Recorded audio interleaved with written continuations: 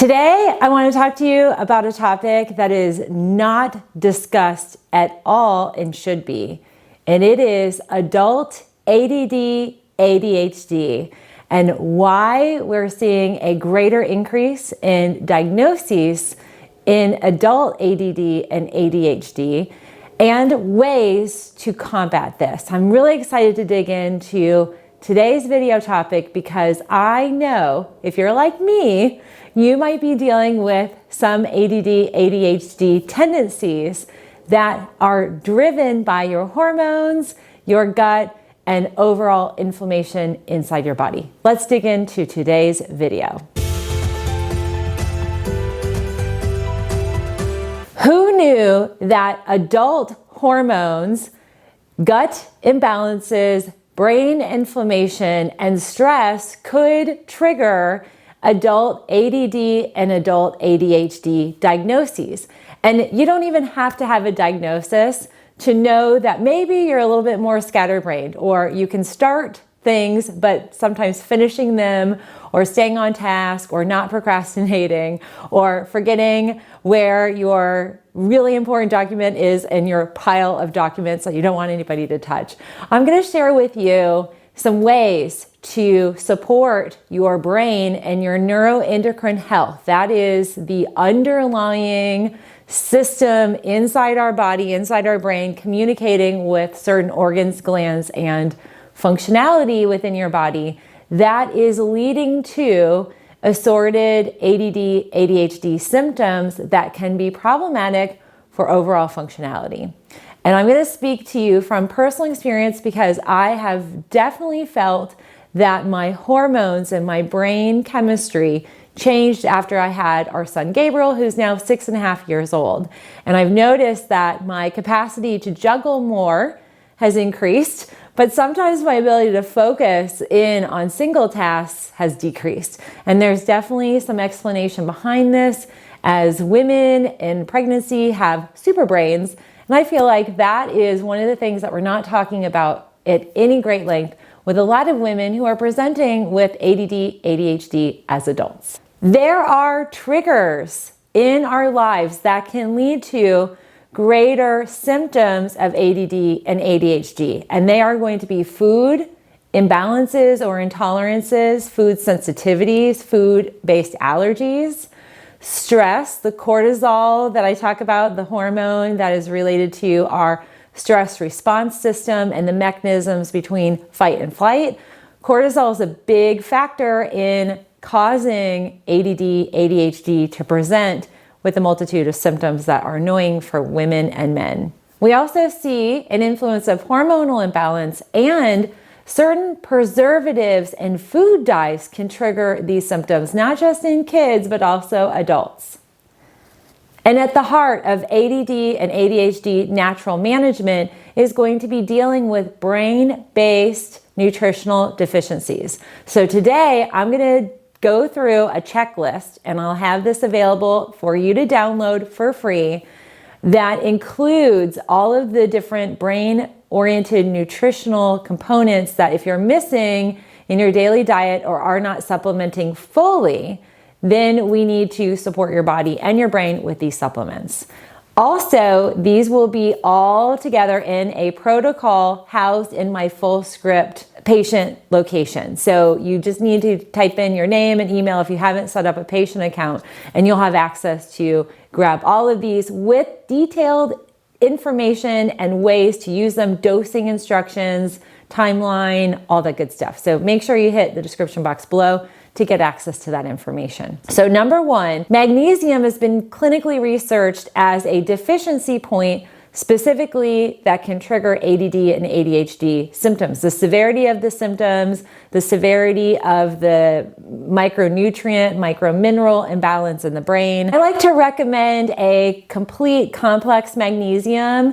I'm going to share with you here. My favorite is by Organics. Many of you know I work closely with them, and I really love this blend of assorted magnesium forms that will greatly nourish your brain, your hormones, minimize inflammation, and support lymphatic flow and glymphatic flow to your brain. Number two, zinc is a really important micronutrient that we need anywhere between 10 to 30 milligrams a day. Now with zinc and the copper to zinc ratio being really, really critical, I always recommend patients take a micronutrient test and analyze their zinc, their magnesium, and other critical elements that need to be in optimized balance. Number 3, omegas are really, really critical. Omega-3 specifically is very important to nourishing your brain and taming a lot of ADD, ADHD related symptoms. The average quantity that we see that can have a positive effect on the ADD, ADHD brain of an adult as well as children is 2,000 milligrams of omega-3. Now I want to clarify that a lot of the omegas on the market are in the 500 to 800 milligram quantity. Even if they say 2,500 milligrams or 1,500 milligrams, turn over and read the label and identify the omega-3. And these will get broken down even further. You want the total quantity of omega-3 to be 2,000 milligrams or more. Number 4 is an awesome, potent enzyme, a coenzyme that generally at age 30 starts to decrease in its natural production within our body. So it becomes critical that we supplement outside with this. And it is a Midoquinol. This is in the CoQ10 category, just at a higher potency, higher bioavailability, and max potency when it comes to supporting our brain health. And MitoQ is the name of the brand, and the particular Midoquinol I recommend for a lot of my patients. We can get doses of 5 milligrams, 10 milligrams, and even 20 milligrams of MitoQ. And we have a brain-specific MitoQ blend that'll really support and power up the brain. I'll include that in a link down below because MitoQ has been greatly researched in its support of our heart health and brain function. And Mitoquinol, any of the quinols like CoQ10, Midoquinol, these are mitochondrial enhancing supplementation. It's nutrition for the heart of our cells and the cells and the enhance of ATP and the functionality of our cells. Midoquinol helps lower the aging process, and it also helps power up and bolster, fortify the functionality and youthfulness of our cells. And when we're talking about brain health and supporting the functionality of our brain and our neurons and lowering inflammation, Midoquinol is at the core of every essential supplement you need for brain support. 5th on my checklist are functional mushrooms, specifically functional mushrooms heavily researched to support our neurons and the brain functionality. These mushrooms also have the capacity to break through in a positive way, get through the blood-brain barrier and get into our brain cells and nourish our brain. Now, I'm going to share with you my favorite brand, Four Sigmatic, that has a powdered focus mushroom blend. And when it comes to functional mushrooms, the most important part of the mushroom that has the greatest healing capacity and nutritional profile is the fruiting body. Four Sigmatic is by far the best brand in terms of functional mushrooms that utilize the fruiting bodies, not the mycelium or any of the potentially allergenic resources like the root system or even the pre-fruiting body. The fruiting body is where the nutritional benefits lie. And Four Sigmatic is I think it's an 11th generation Finnish mushroom farmer. He has brought all these amazing products to the market. And with Four Sigmatic, they have a combination of lion's mane, which is a fantastic mushroom that is proven to help turn over cellular rejuvenation in our brain. It helps promote neuron cell growth, and overall it's a neuroprotectant. There's a ton of research. I've highlighted this in several other videos, but lion's mane is by far the best functional mushroom for our brain health. And then a close second to that is cordyceps. That is another functional mushroom that powers up the brain.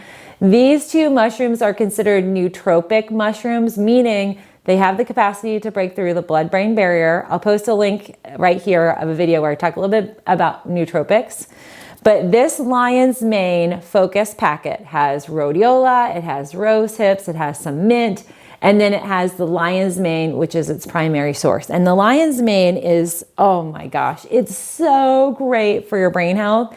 And I can tell a difference when I take rhodiola and lion's mane. Those two together are potent. Rhodiola is an adaptogenic herb that helps support mental acuity. Rhodiola is extremely well researched, tons of data about its functionality to lift brain fog, to support mental function, to help enhance mental alertness and focus. And so completion of tasks and kind of pulling the brain that's kind of all over the road with a lot of balls up in the air. And raise your hand, comment down below if that's you. I totally fall into this category on my creative side, and it can sometimes be problematic for some of my staff. And also I'm going to share with you another great mushroom, Reishi. Reishi is a calming sedative type of neurotonic that helps us sleep better at night and can relieve the stress that our brain is experiencing. There is also a lot of research with reishi and brain function.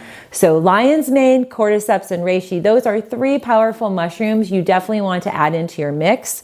I happen to use this functional mushroom blend, the focus elixir, and then I add in reishi and I add in cordyceps in another blend that Four Sigmatic has. And I'll post a link to all of the Four Sigmatic products. You get 10% off when you order them, so I hope you'll check it out. The 6th aspect here, I have noticed when I run labs with my adult patients with ADD, ADHD, there is always a component of methylation imbalances or methylation challenges. This is a genetic mutation, and we can test this, and I do testing in my clinic.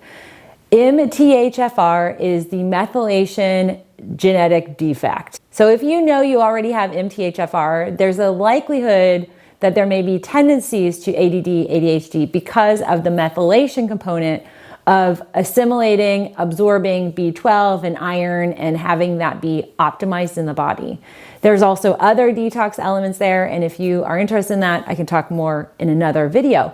But specifically, B12 and iron deficiencies are very common. So I always tell my patients that have either a sense that they have ADD or ADHD or have a diagnosis, make sure that in your annual visits with your clinicians, your annual wellness visit, and when they run labs, make sure they add on B12 and a full iron panel to see where your ferritin levels are. And also you will want to make sure you're taking a methylated multi-B and you're taking a more bioavailable iron form. I'll post those in the description as well, and they're on that checklist too and in my protocol that you can grab online. Now, the last and final nutritional deficiency is one that is rarely tested, and it's called DMAE. And this specifically has a very important function in helping the brain focus and move from one task to another and kind of have that operational categorization that can sometimes be lacking for those of us who experience ADD and ADHD. Supplementation of DMAE requirement for ADD and ADHD is anywhere from 100 to 300 milligrams a day. That again is something you can test, and it's not a bad idea to have that on hand if you are going to go through either a stressful time or are dealing with allergens internally or externally, because these are all going to be influential in driving some of these values of magnesium and zinc low and iron and B12. So just be cognizant of your environment and know that you may actually need to supplement a little bit more during some of these peak times of allergen exposure or stressful triggers. But I'm excited to share this video with you today because we're not talking a whole lot about adult ADD and ADHD, and we need to. And it's really important because we need to support our brains. Our brains need nourishment, and they also need the balance to help support other functions within our body. So my question of the day for you is, comment down below, are you also dealing with adult ADD or ADHD? Or maybe you think you are, haven't been diagnosed? Comment down below and let me know. And let me know if any of these tips have been helpful and if you're going to implement any. Thanks for tuning in. I look forward to seeing you on our next video.